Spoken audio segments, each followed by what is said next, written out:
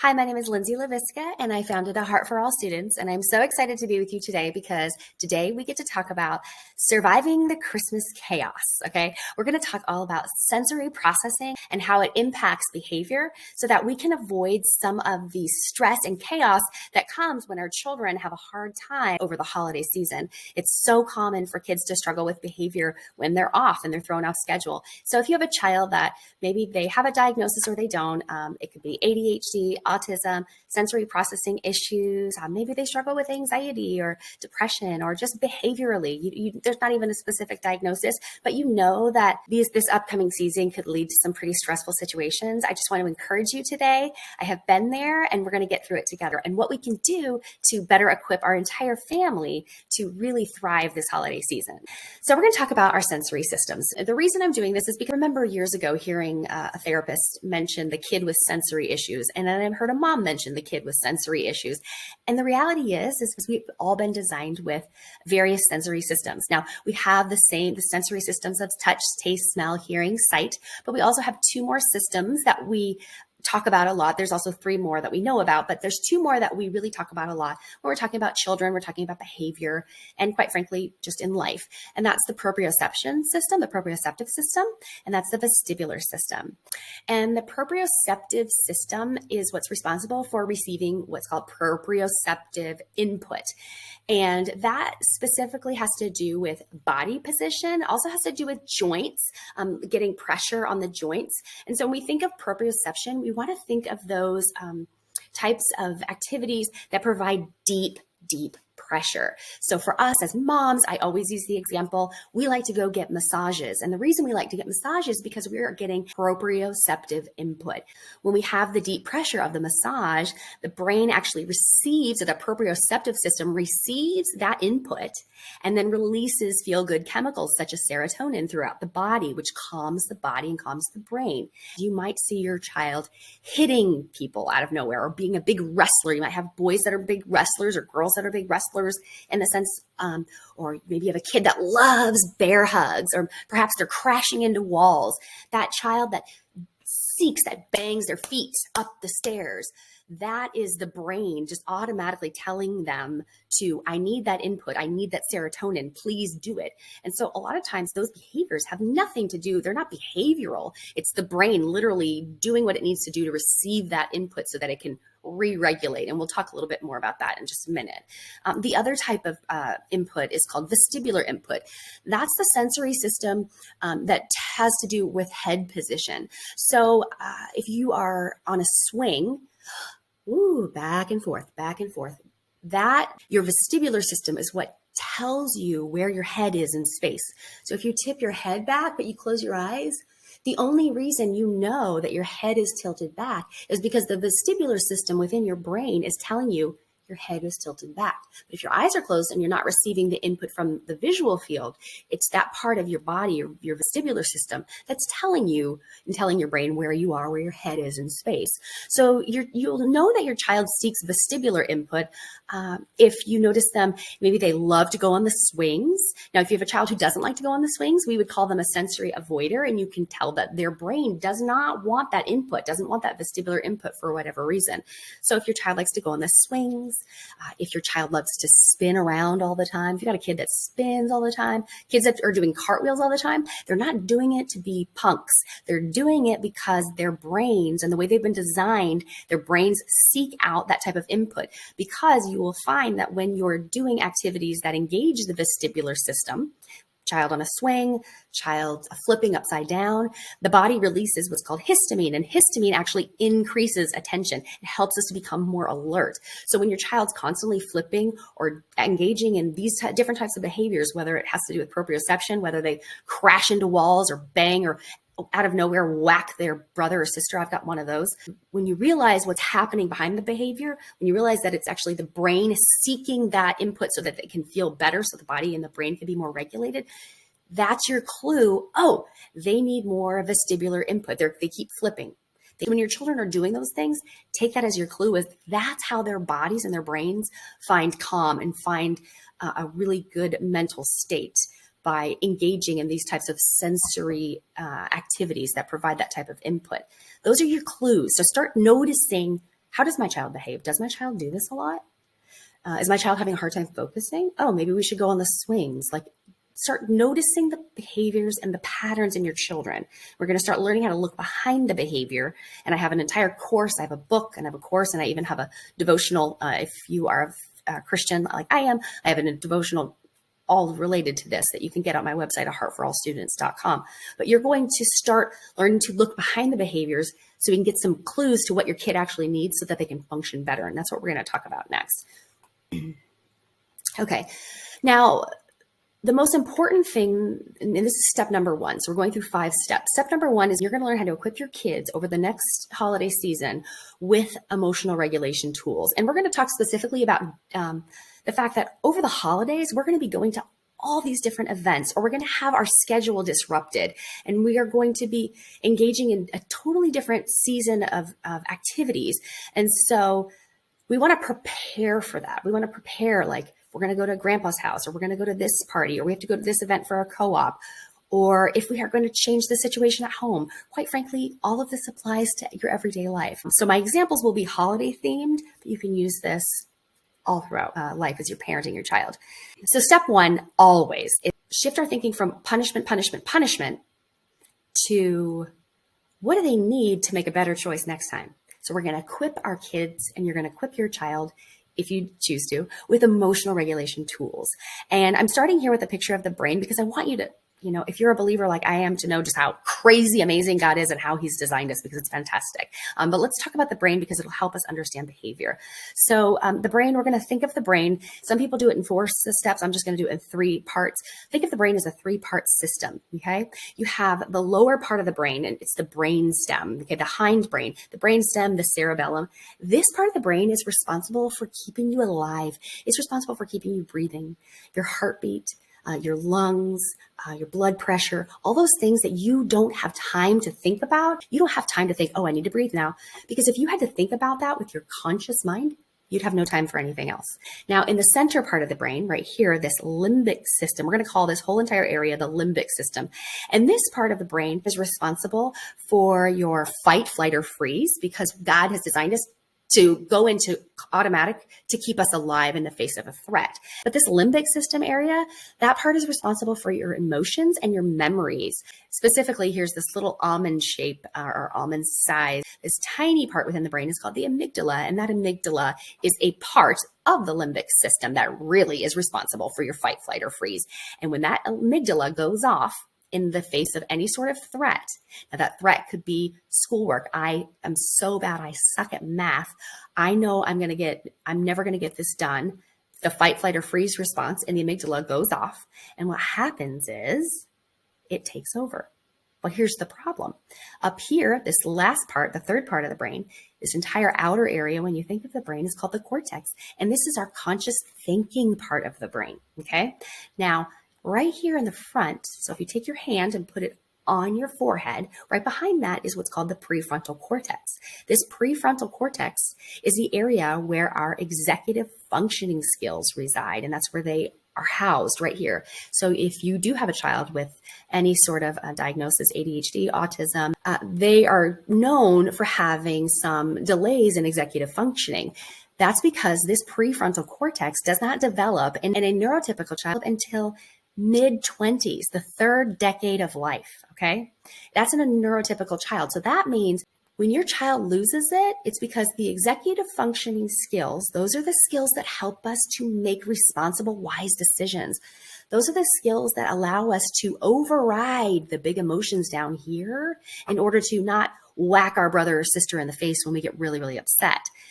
This part of the brain isn't even developed until that 3rd decade of life. So children are at a disadvantage by virtue of how they've been designed by God.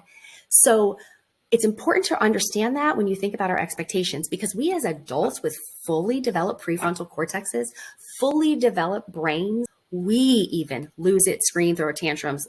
We do it ourselves, and ours are fully developed. Our children's are not. And the brain works bottom up. So that means if this part of the brain is not feeling safe, there's no access to the upper part of the brain. There's no reasoning through a big reaction when the child is in fight, flight, or freeze response. And this is important to understand because a lot of the behaviors that you might see over the next month or so of the season, and you're going to probably see all the time, are very much rooted in this lower brain. Because when children are born, this entire area of the brain is already developed. They don't have a fully developed prefrontal cortex with all those skills, those responsibility skills there. That's not developed, again, until the third decade. So they're really being controlled by this lower part of the brain, which is why it's very important for a child to feel safe.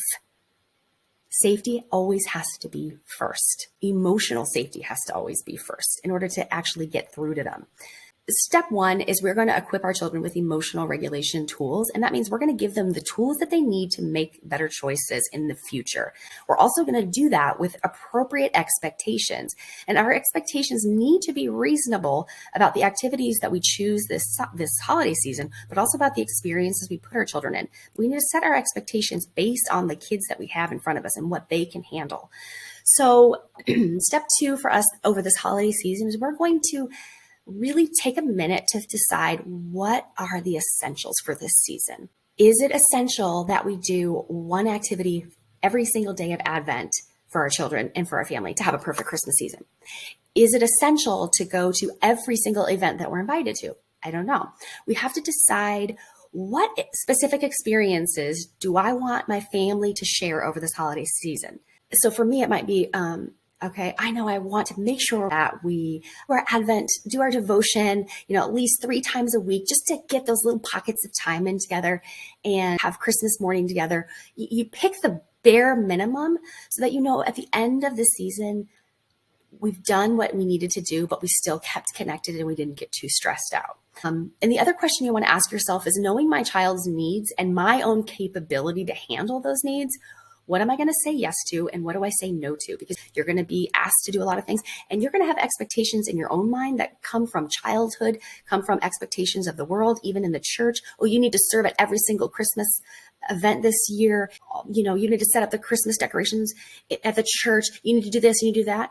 While there's so many things that are good to sign up for, they're not always the best decision. And so it's really important to evaluate, what do I want for this season? Even if you spend 10 minutes writing that down just to get some expectations in front of you and keep them very, very reasonable, I'm talking just a few, it can make such a difference as you go through the rest of the holiday season. Okay, so now we're going to go and we're going to talk about accommodating and considering your child's sensory needs. So we want to set our kids up for success.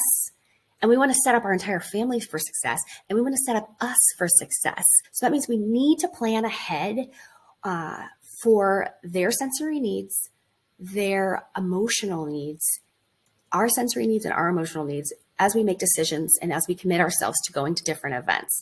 So we're going to use a specific example. We're going to talk about going to Grandpa Joe's house. Now, I don't know if you have a Grandpa Joe. I don't, but hey, somebody might have a Grandpa Joe. So I want you to consider, if we're going to go to Grandpa Joe's house, and if his house always ends up being loud and crazy, we need to bring the right sensory tools to support your child. If your child's autistic, if they do have ADHD, most likely they do have some sensory processing challenges. I know we all do. So for example, for me, and I know you can understand this, when you are feeling overwhelmed, you've had a long day and the kids are all screaming. You got one kid hanging on you going, mommy, mommy, mommy, I need this, I need this, I need this. Then the phone rings, then your husband asks you for something, the dog's barking, the TV's blaring. What is that? That is sensory overwhelm. We all have it. For me, it tends to be noise. Noise tends to be if I get too much noise when I don't have enough capacity, that's when I start to have my own kind of sensory meltdown. We all have them. Start thinking about how you have sensory meltdowns and sensory things that bother you. It helps you, if you understand your own, then it helps you better equip your child. So if you know Grandpa's house is always going to be crazy and overwhelming, and you know that your child doesn't do well with a lot of craziness and chaos, then you need to equip them with what they need. Because if your child does lose it and we haven't equipped them with what they need, then we went into the situation setting our child up for failure, understanding that they were going to have a hard time in this situation and we didn't set them up. And I've learned this from experience, so I'm talking to myself here. So the best thing you can do is set your child up for success. So we're going to pack a bag of fun, calming activities for your child. If your child tends to deal with noise, we're going to have we're going to make sure we bring our noise canceling headphones. We're going to bring, a sketch pad and pencil, portable video game, a tablet. Okay. Now, a lot of parents really struggle with this whole tablet and video game thing. Don't. Thank God. Get on your hands and knees and say, thank you, Jesus, that we have access to these tools right now, because it allows my entire family to better function together. It allows my child who tends to struggle, who tends to be more introverted or more overwhelmed by sensory input, it allows my child to be a part of more of our family activities, and it allows my child to feel a sense of calm and re-regulate their body. Regulating, self-regulation, you may have heard that term. It just means getting back to a healthier place, physically, emotionally, mentally, okay? Bring your kids stuffed animals. I don't care how old your child is. If they want a stuffed animal to help them feel secure, allow them to bring a stuffed animal. Nowhere in scripture does it say you can't have a stuffed animal. So we're going to let them bring stuffed animals. Chewing gum. Chewing gum is the most fantastic, cheapest sensory tool you could ever buy. Chewing gum is wonderful. My son has been using chewing gum since he was 2 years old. Chewing gum provides proprioceptive input to the jaw, into the brain. It starts to help releasing calming serotonin chemicals because you're getting proprioceptive input. Let your child chew gum, especially if they are a seeker, especially if they put things in their mouths. If they were when they were younger, did they put things in their mouths all the time? A lot of kids suck on their shirts, even up to 10, 12, 15 years of age, they might put things in their mouth all the time. Get gum and allow them to chew it. That's very calming for a lot of them. Bring different sensory toys. Bring a little bucket with some kinetic sand in it. Pack that backpack full of tools and toys that are going to set your child up for success if they start to get overwhelmed or if you see that they start to become more dysregulated. So start thinking about, what can I bring to make it a better situation? The next thing is that when you go to an event, upon arrival, you are going to find your child a safe and quiet space to re-regulate. I got 2 periods there. Oh, well. It's very important that you find a safe, quiet space for your child to re-regulate.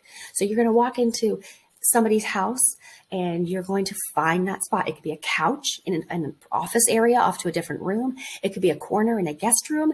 It could be a corner on the floor, protected behind a chair. Find a space that's safe for your child and allow them and let them know this is your safe place. Put a blanket there, whatever. This is your safe place. If you start to feel overwhelmed, go have some time to regroup. Give them the tools and give them permission to do that. A lot of times, if we have a child that struggles in larger crowds, we as parents, we think there's something wrong. Why is my child not being, especially because they're homeschooled, they're not socializing. If you have family members that give you a hard time because your child's not being socialized in homeschool, and then you go to their house and you allow your child to go off to themselves, you might get flack for that. And you're going to have to decide, I have to choose my child's well-being over the judgment in my head, because that's not the truth. Okay. That is not the truth. There is no condemnation for those who are in Christ Jesus. And you, my friend, have been chosen by God to parent that child. So all that to say, a lot of times when we go to places and our children don't socialize, or they walk away, or they kind of hide out by themselves, we consider them rude. They're not being rude. They're trying to keep it together based on who they are and how they've been designed. They're better off in more intimate situations. And that's a beautiful thing. So feel confident allowing your child a space that's quiet and alone to re-regulate. If there's no other option and your child's able to, I don't know, if your child's 4 or out of control, they might be in that stage where my son, he was out of control for so long, I couldn't take them anywhere. But if they're at the stage where they're older and they can go sit in the car to decompress, let them sit in the car. Just always have an exit plan for your child. If you know that safe spot is not going to be available, and I don't mean safe physically, I mean safe emotionally. If it's only a spot in the middle of a crazy party in the corner, that may not be emotionally safe for your child. Remember, go back to the brain.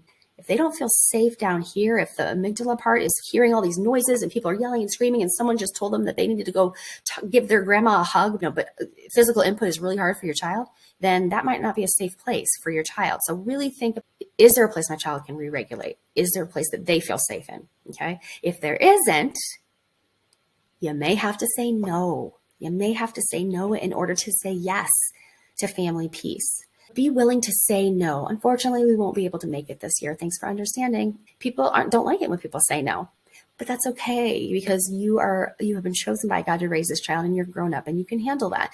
And I will tell you from experience, I've had to have a lot of therapy to deal with that.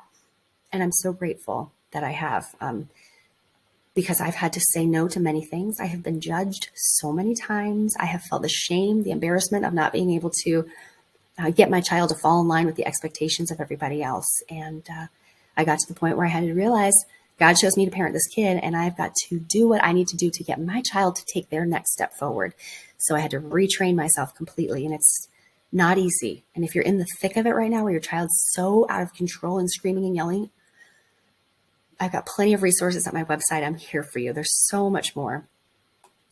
Okay, number 4, if your child has food issues, like a lot of people that have children, that neurodivergent children, we avoid, maybe dairy, gluten, food dyes. Oh my word, get the food dyes out of your child. If your child struggles any way behaviorally, please get the food dyes out there. The studies are they're out there. And there's no judgment. There's going to be times when it slips in. But because it's the holidays, your child's going to have lots of opportunities to eat a bunch of junk that might really impact their behavior. So bring your own food, bring your own treats. Your child has allergies because you don't want to have to say no to your child at every event. If your child struggles with emotional regulation, behavioral issues, you don't want to set them up for success by bringing their own treats. And the last thing I want to offer you is, friend, do not overschedule yourself. I am the queen of overscheduling myself because I am an extrovert and I love to be with people. However, your child are autistic or they have ADHD, and when your child is worn out. Schedule at least one day between events. Do not overschedule yourself. Say no. Don't schedule more than one event per day if you can avoid it. Because what happens when we schedule multiple things, we're draining our child's limited capacity, because we're not God. Only God has unlimited capacity. We seem to think, because we've been believing these lies of the church and the world, that we're supposed to do. But no, we can't do without rest. So schedule at least, a day between bigger events. And even if it has to do with, if we go shopping for one day, we were out shopping. That's so stressful. Then the next day we got to stay home. And I got to listen to my own message here. Believe me, I do. And please feel the freedom to say no in confidence. You say no, and say no. You can say no to people, but you might even have to, and this is something I have to deal with myself.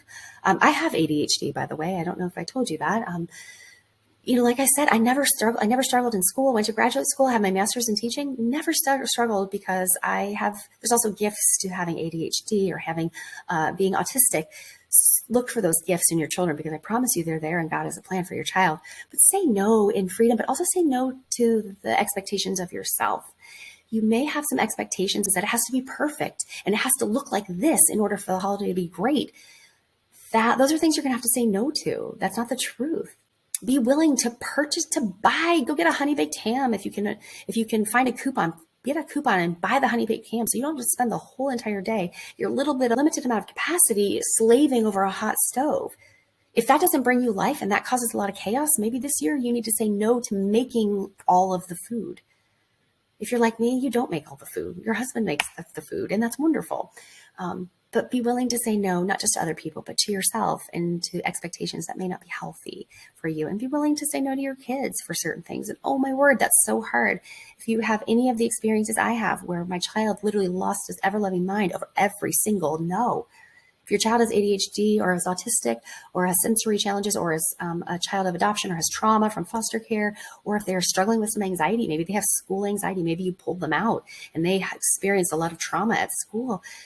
Behaviors that often look like they're being willful, but they're not.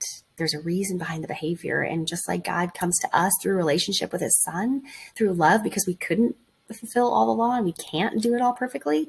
That's the kind of thing we need to keep in mind. Relationship first, because when we're in relationship, a safe relationship, that's when we can get our kids to hear us. So friend, I hope this was helpful for you. I know there's so much I could talk about. I've got so many resources for you. If you're raising kids with ADHD, autism, dyslexia, any sort of anxiety, mental health challenges, please know that I'm here for you. I have an entire course called Homeschooling the Unregulated Child, where we dive deep into the brain, the sensory systems, behavior. I have, of course, Homeschooling the Distracted Child available for you as well, and lots and lots of tools. I talk all about the brain, behavior, and learning, how to homeschool ADHD. What do you do when your child refuses to do school? What do you do to get your child to focus? How do you change your educational approach in order to equip the child that God's given you? Those are hard questions. And I have a ton of resources on my website at heartforallstudents.com. So come and check out all the resources there. I'm so grateful for you. I am also on YouTube, TikTok, Facebook. I have a private Facebook group, and all these things. I create a lot of short form video, like little 50-second clips to help equip you. And I've got them all over my website, all over my blog. There's tons of freebies there. So come visit me, Lindsay at heartforallstudents.com. If you have any questions, please email me. And I have a special freebie for you that Sarah will offer you later. So I hope you're well. Always email me, Lindsay at heartforallstudents.com. Have a wonderful Christmas. And if you're in that really yucky season with your kid, please know that there's hope.